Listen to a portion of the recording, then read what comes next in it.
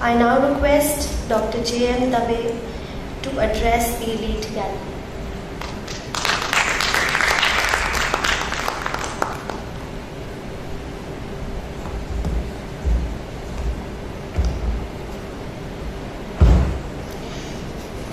Respected Mr. Anil, Dr. Ajay, Dr. Michael, and the friends in the audience.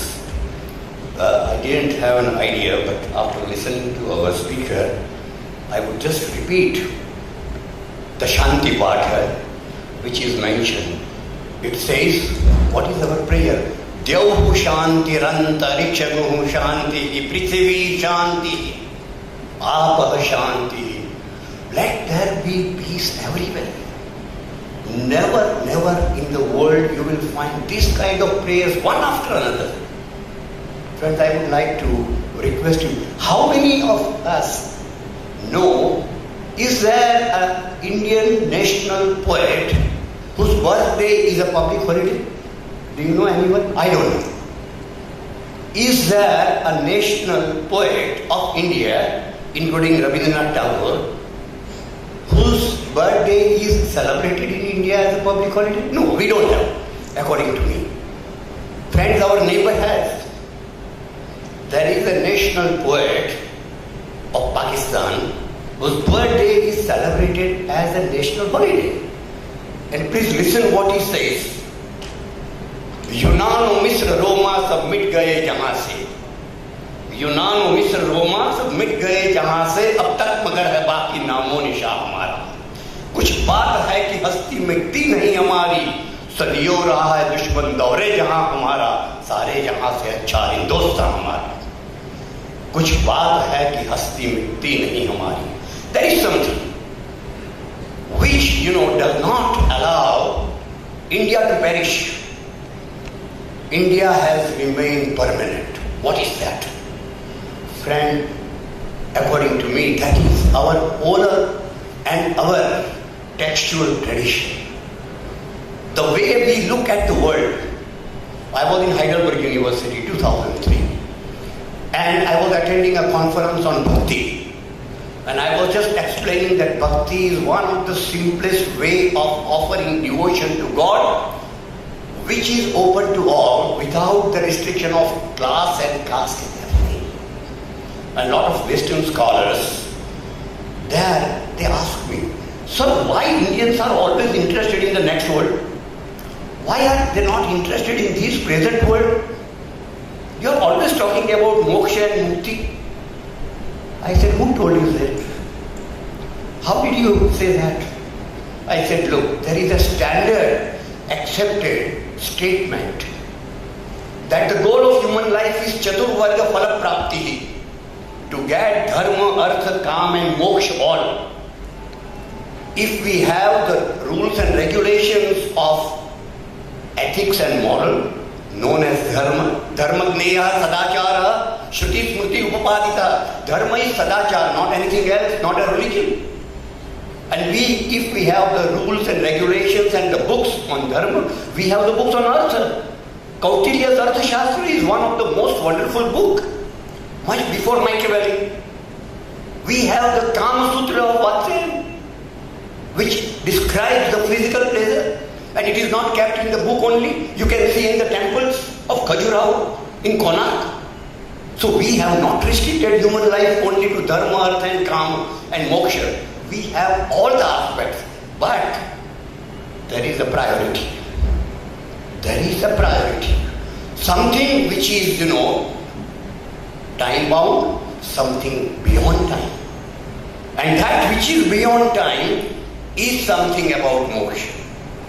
When we are talking about education, friend, let me tell you two very interesting incidents taken from some of the oldest books, which are definitely more than 2005 years old, because they are pre-Buddhist books. They are known as Upanishads. Upanishad is the foundation of Indian philosophy. And among all the Upanishads, which are more than 200, you will be surprised there is Allah Upanishad. There is an Upanishad on Allah, written in 18th century. But the old Upanishad on which Adi Shankaracharya had written his commentary are Ishakena Kata Prashna Munda Mandukya Taitiri Aitareya Chandogya Bruvadharani. And in one of that Upanishad, which is a very old Upanishad called Mundaka Upanishad, a great principal of many schools, he goes to a teacher. Shaunako hi Mahashala Angirasam Vidhivat Upasanna. Shaunak, a Mahashala, went to the great teacher Angira and said, Bhagavo, kasminnu gnate sarvamidam vidyatam bhavati? What is there by knowing one principle or one thing, I can know everything? Very difficult question. Can you know everything by knowing one thing? And then Angira, who is a self-realized man, he says, Dve vidye veditavye. Paracha, aparacha. There are two kinds of laws, two kinds of vidyas, two kinds of studies. One is called aparavidya, laukik vidya, worldly sciences, and one is spiritual science. But he doesn't say you have to learn only one. Dve vidye veditavye. You have to learn two. And what are these two? And he explains. Rigveda, Samaveda, Yajurveda, Atharvaveda, Shiksha, Kalpa, Vyakarana, Nirukta, Chandas. All these are Aparavidya, Laukik Vidya, the laws and the sciences connected with this world. Parai yayatat aksharam adhigamyate. But the Paravidya is about the Akshara. Naksharati iti Akshara. That which is imperishable. You must know what is perishable. You must know what is imperishable. And that is the foundation of Indian religion and Indian philosophy. We have never ever said that be interested only in the next world or in moksha. But you must know that there are two things. You must know the worldly sciences.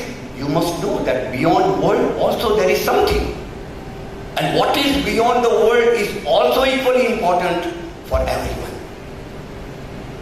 And therefore, friends, when that vidya is taught, it is to be taught by someone who has realized to that extent. And in order to realize that, the teacher might have spent years and years in his sadhana. Today, what do we see? What do we see in the schools and colleges, friends? In the schools and colleges, there is a mechanized education.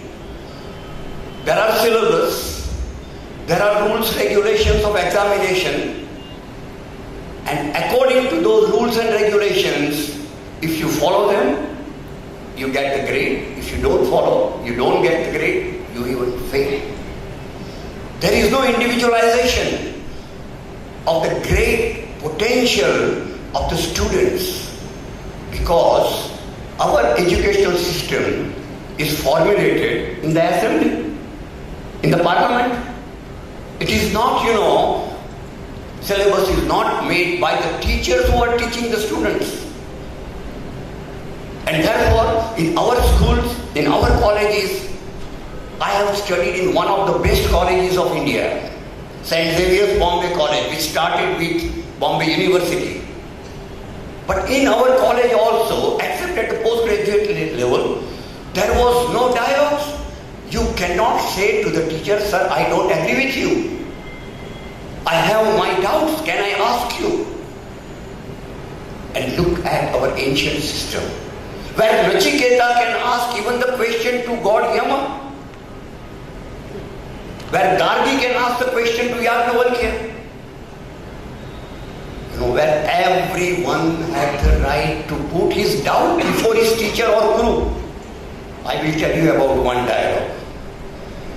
It is in the Bruvadharanyaka Upanishad.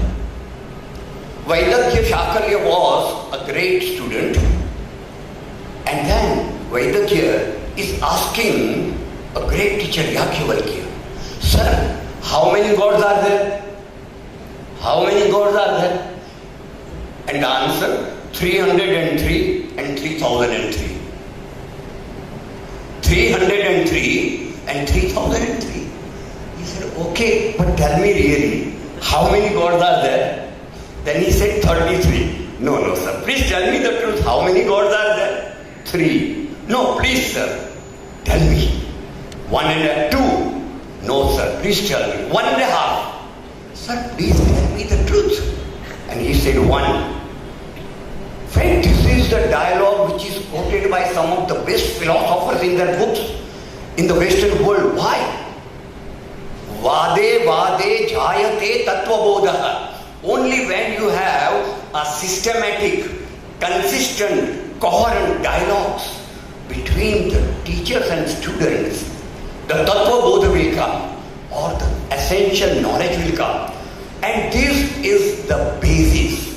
And along with this basis, there is another aspect of it. In Indian education, in Indian philosophy, there are no commandments.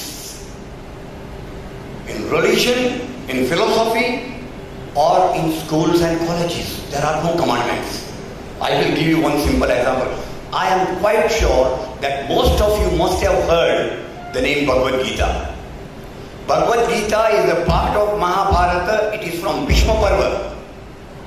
What is Bhagavad Gita about? 2 families fighting for the kingdom. There is a family of Dhritarashtra, there is family of Pandu. And both of them wanted the help of a great ruler and a great friend, philosopher and guide called Krishna.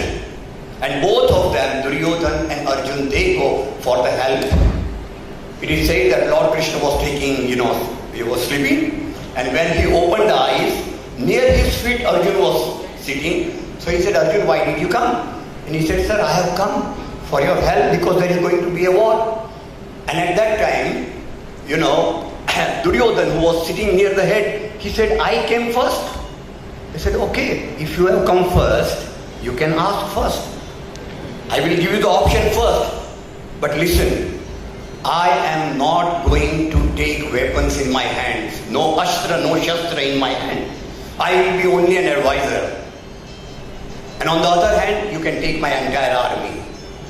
And Duryodhana was like me, He was a practical person. In the war, we are not going to do puja.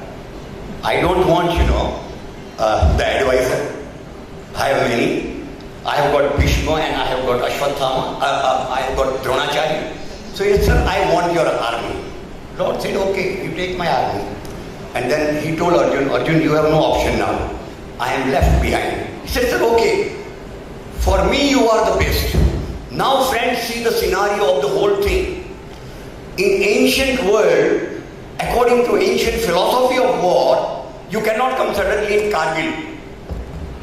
And then, we realize that somebody has come in our territory. You have to announce properly that we want to start the war. Are you ready? And on behalf of Kaurava, Bhishma announced, Tasya Sanjayanam Harsham Kuru Vriddha Pitamaha Simhanadam Vinadya Uchchaihi Shankham Dadmau Pratapavan. He blew the shankha saying that we are ready. And now friends, we are scholars here, we are businessmen here, we are intellectuals here. Please tell me, if there is an announcement from the enemy camp that we are ready to fight, who should, give the response on behalf of Pandavas? Who should give the answer? I think the answer should be given by Yudhishthir, who was the eldest brother. It should be given by Drishtadyumna, who was commander-in-chief, or by Bhima or by Arjun. No. Answer is given by Krishna. Can you send your chauffeur or a driver or a sarathi to sign your MOU with multinational company or the bank or the government? It definitely indicates that he is not a sarathi. He is not a charioteer. Panchajanyam Rishikesho Devadattam Dhananjaya Poundram Dharma Mahashankam Bhimakarma Vrukodara. Lord Krishna gives the answer. Look at the, scenario. And what I want to say is not only that. What I want to say is that though the war was between cousins, Lord Krishna was only an advisor. But he was a great advisor.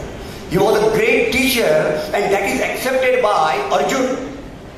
In the second adhyaya, shlok number 7, he says, Karpanya dosha upahata svabhava prichami tvam dharma samudha chetaha yat shreya syat nishchitam bruhit me shishyaste aham shadimam tvam prapanam. I am your student. Please teach me. I surrender myself to you. In spite of all this, in spite of Arjun surrendering to the teacher, the student, the disciple at the feet of the teacher, Lord Krishna does not say, this is my order. Lord Krishna gives him all the different ways to explain why he should fight. He says, if you are a man of knowledge, a man of analysis, if you think why so, if you think why not, I want to tell you, whosoever is born is going to die. Whether you die in Kurukshetra or in your palace, you are going to die. But do you want to fulfill your action, your duty? Then you have to fight. Second option is this. If you are a man of action, there are some people who say, I do my duty, I don't care what is the religion, I don't care what is the philosophy. I do my duty, perfectly, that's okay. Lord says, then karmanyeva adhikarasya, then the action you must perform. You should not remain, inactive. And then at the end he says, if you love me, if you are a bhakta, then I say, man manava mad bhakta madhyaji mam namastu. You do whatever. But friends, after saying all this in a true democratic way, Lord says, I have shown you different ways. I have given you different explanations why you should know your duty, why you should fight. What he says, think about it properly, analyze it properly, look at different angles, and then do whatever you feel is correct. Iti te gnanam akshardham guhyat guhyataram maya vimrushya etat asheshena yatha ichchasi tatha kuru. Do what you like. Friend, in the whole world you will not find any religion, any religious teacher who will say, I just show you different ways. Because human beings have different type of nature. And then I will say, now you choose the way which is best for you. I just show you the way. I don't tell you, you must do it. If you do this, you are with me. If you don't do, you are against me. And that is, friend, the most important thing. I end with my presentation with a wonderful, discussion again we had in Heidelberg. There was a question, very interesting question, whether Hinduism is a religion or not. Whether Hinduism is a religion or not. And Hinduism in the sense of Sanatana Dharma, not in the sense, which is imposed on it. And most of the Western scholars, they had a problem. They said, look, if we want to call any religion a religion, it must have a historical founder. It must have a historical founder whose history we know, because itihasa is itihasa. There should be a historical person who is the founder. Who is the founder of Hinduism? You have 10 hours to see one. No, what is the history? Parashurama, Rama, Krishna, Buddha, and the one who is going to come, Kalki. Who is the historical founder?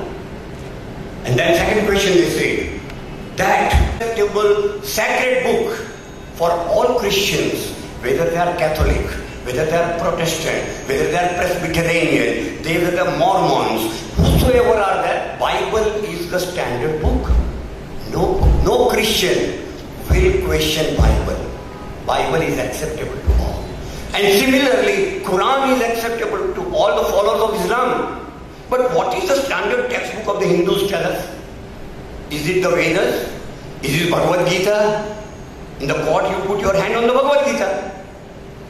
You don't have a standard book. You don't have, a historical founder. How can you call Hinduism a historical religion? At that time, at the end, where that gentleman is standing, a professor of great learning was sitting. His name was Saitin from Tübingen University. He raised his hand. Sir, can I say something? Now he was such a person as if considered that Dr. Radhakrishnan has come here and he is standing there and he is asking us whether can I say something. And all of us will say, please sir, come, please come. One of the great scholars. He came on the stage and the chairperson was very young and he asked the chairperson, sir, how much time do you give me? And the chairperson was very young and said, sir, you can take as much time as you want. He said, no, you have given everybody 10 minutes. I will finish in 10 minutes. But let me ask the audience one question. How many of you have heard the word a bouquet of flowers? A bouquet of flowers. Everybody raise their hands. Second question. In a bouquet of flowers, are there one kind of flowers or many kinds of flowers? Sir, mostly many kinds of flowers. Okay, tell me. Whether one kind of flowers destroy the beauty and the fragrance of the other flowers? No sir, generally they don't. Okay.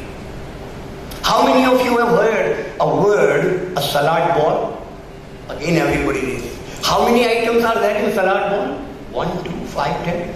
In Russian salad ball I have tasted 60. He said, yes sir, there are many items. Now tell me, whether one type of items destroy the taste and the texture of the other item in salad ball. People say no.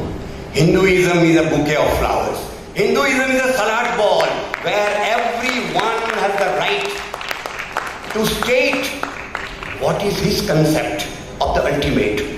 Whether he is, whether you want to follow the path of dharma or jnana or vairagya or bhakti, it is what he said has come in a very standard book, Hinduism Reconsidered, published from Heidelberg University and also from Delhi by Manohar. I will read one paragraph and finish. This is, friend, the basic foundation of all our